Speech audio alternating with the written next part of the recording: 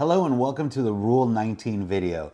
Congratulations on completing the section of conduct of vessels in sight of one another. Rule 19 is in a section all by itself because the other rules that we just learned were rules that apply to vessels when they're in sight of one another. And this rule is specifically designated to the conduct of vessels when in restricted visibility. This one is a very long one and a very important one.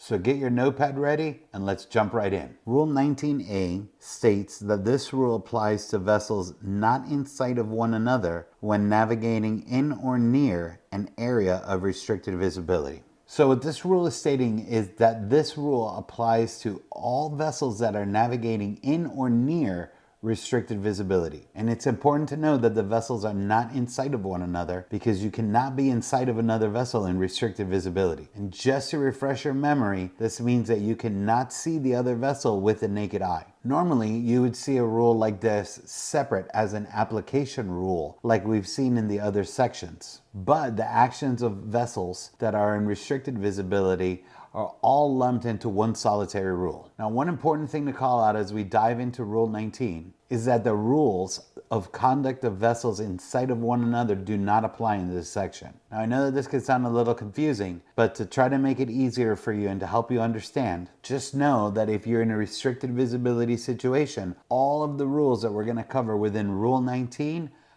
now take place and apply. And to make it a little bit easier for you to understand as we start this rule is that when you're in a restricted visibility situation, all of the vessels are classified as giveaway vessels. And all vessels navigating in a restricted visibility situation have to navigate with extreme caution. Rule 19B states that every vessel shall proceed at a safe speed adapted to the prevailing circumstances and conditions of restricted visibility. A power-driven vessel shall have her engines ready for an immediate maneuver. So what this rule is stating is that when you're in a restricted visibility situation, you must apply what you learned in Rule 6. And Rule 6 was the rule dedicated to navigating at a safe speed. To refresh your memory on the items that you must take into account when calculating your safe speed, they are as follows. The state of visibility, which for the purposes of this rule is restricted visibility. The density of vessels in that area, which in restricted visibility can be hard to understand because you cannot see the vessels with the naked eye, and you might have interference on your electronics and radar.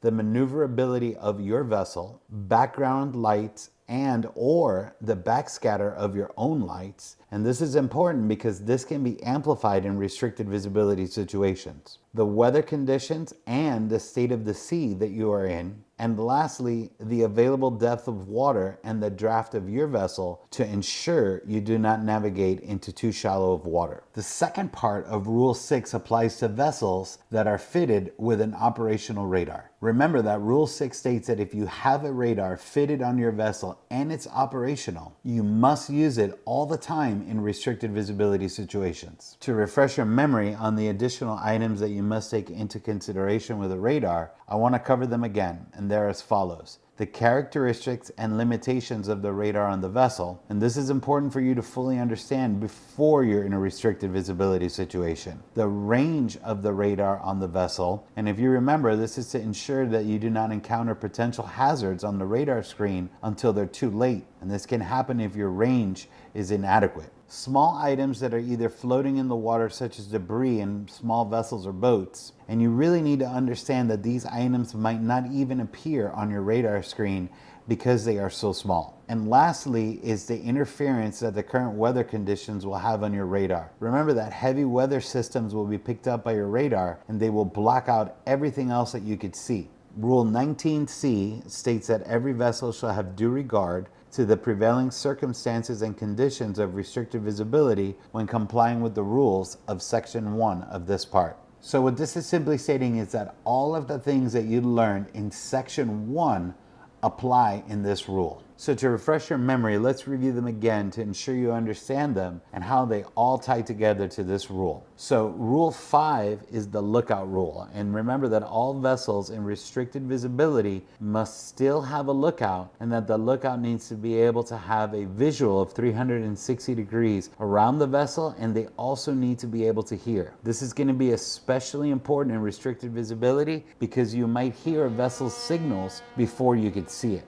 Rule 6 was dedicated to safe speed. So we just covered all those items, but I want to ensure that you understand that in restricted visibility, your safe speed should be the slowest speed that you navigate, and you could be in a situation where the safe speed might even be an idle speed. Rule 7, and this was the risk of collision rule. So remember that this rule states that you have to use all available means to identify if a risk of collision exists. This means the use of the lookout and the use of your electronics and radar if fitted on the vessel and is operational. Rule 8 was the rule which referred to the action to avoid collision. So to refresh your memory on this one, this means that you must ensure that you make large course adjustments to avoid collision, and that those adjustments that you make must be made in ample time. Rule 9 focused on narrow channels, so all of the items covered in this rule still apply. So what this means is that you would not anchor in a narrow channel, you would not engage in fishing in a narrow channel, and any vessels that are less than 20 meters cannot impede the safe passage of vessels in a narrow channel. So all of that still applies when in restricted visibility.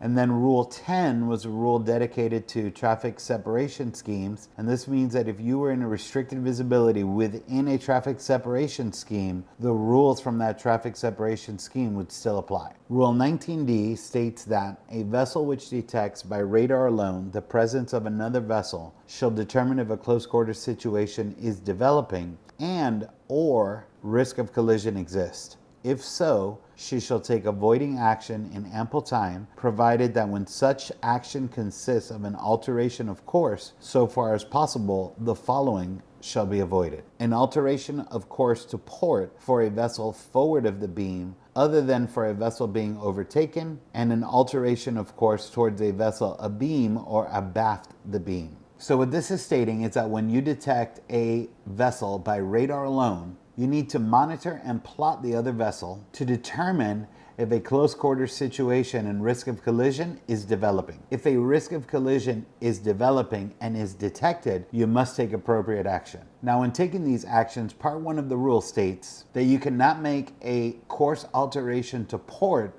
for a vessel forward of the beam. So what this means is that you cannot make a course alteration to port for a vessel that is detected forward of the beam. So this diagram shows a mock-up of your radar screen. Your location on the radar will just be the center of the screen, but I place this vessel on the image for you to have a visual of what I'm talking about. And for the purposes of this training, let's assume that you've marked a vessel off your starboard bow, and you've been tracking it and is moving closer, and you've deemed that a risk of collision exists. So what the rule is stating is that you cannot turn to port. If you were to turn to port, you would have your vessel broadside to the approaching vessel, and the risk of collision would still exist. The action that you would need to take is to turn to starboard and avoid the risk of collision. Now, this rule also states that you are allowed to make a course alteration to port if you've determined that you are in an overtaking situation. Now, the second part of the rule states that you should avoid any course alteration to a vessel detected abaft the beam. So the term abaft the beam means behind the vessel. So in this example, you've determined a vessel off your starboard stern, and you have determined through your plotting that the vessel is approaching your vessel. So what the rule is stating is that you cannot turn towards that vessel because you would further increase the risk of collision. Your action needs to be altering your course to port and avoid the risk of collision completely. Now, the same thing would apply if it was reversed. If you detected the vessel coming off of your port stern and you detected that it was approaching your vessel, your action would be to alter your course to starboard. Rule 19E states that except where it has been deemed that a risk of collision does not exist, every vessel which hears apparently forward of her beam the fog signal of another vessel, or which cannot avoid a close quarters situation with another vessel forward of her beam, shall reduce her speed to the minimum at which she can be kept on her course. She shall, if necessary, take all the way off and in any event navigate with extreme caution until danger of collision is over. So what this rule is saying is that if you hear the fog signal of another vessel in restricted visibility and this signal is forward of your beam, you should navigate with extreme caution and you should take all the way off of your speed to avoid a collision. Now the rule is stating that you should maintain your course, so slowing down to the slowest speed possible where you could still control and steer your vessel but maintaining the course that you're on. Additionally, you could take all the way off, which means to place your vessel in neutral to avoid a collision. Now, one thing that's important to note is that large vessels such as tanker ships and cargo ships are required to have a sound signaling audible device like their horn that is audible for 2 miles. And smaller vessels are required to have a horn audible to 1 mile. So this means that if you hear a sound signal of another vessel in restricted visibility, you have another vessel within a 1 to 2 mile radius of your vessel. Now this is a dangerously small radius to have another vessel close to your vessel, especially in restricted visibility.